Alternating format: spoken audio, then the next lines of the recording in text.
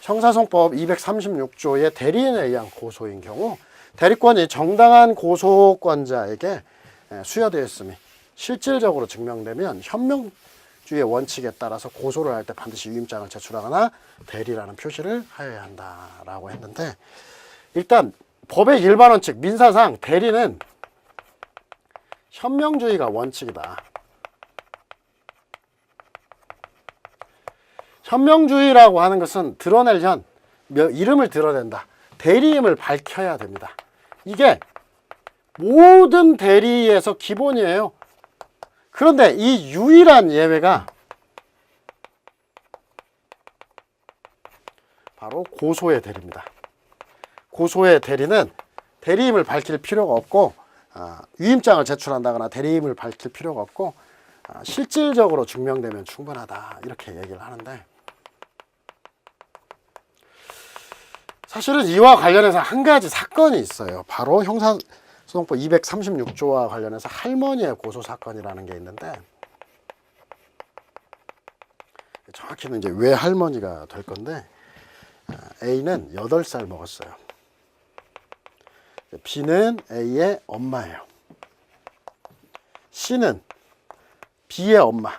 그러니까 이쪽으로는 이제 할머니 관계가 되겠어요. 근데 이제 엄마가 혼자 살면서 자기가 돈 벌어가지고 A를 가르쳐요. 근데 어느 날 동네 아줌마가 B한테 와가지고 얘기를 하는 거예요. 동네에 40대 남자 갑이 있는데, 얘가 지속적으로 추행을 해왔다. 근데 이거 모르고 있었냐? 좀, 그 딸 불쌍한데 가가지고 좀 어떻게 좀 해라 라고 알려준 거예요. 그러니까 B가 이제 얼마나 깜짝 놀라겠어요. 세상이 무너지는 느낌이죠. 근데 이제 B는 자기가 너무 힘드니까 자기 엄마한테 얘기를 한 겁니다. 엄마, 우리 A가 이러이러한 일을 다 하고 있었대. 난 정말 나쁜 엄마인가 봐. 그래서 이거 어떻게 좀 해봐. 그래서 엄마가, 나 너무 힘드니까 엄마가 대신 고소장을 내줘. 그래서 C의 이름으로 고소를 한 겁니다. 근데 재판 심리 도중에 갑이 주장을 하는 게 뭐냐? 바로 C는 이미 알고 있었다. 할머니, 할머니 이미 다 봤잖아. 근데 왜 지금 와서 그러는데?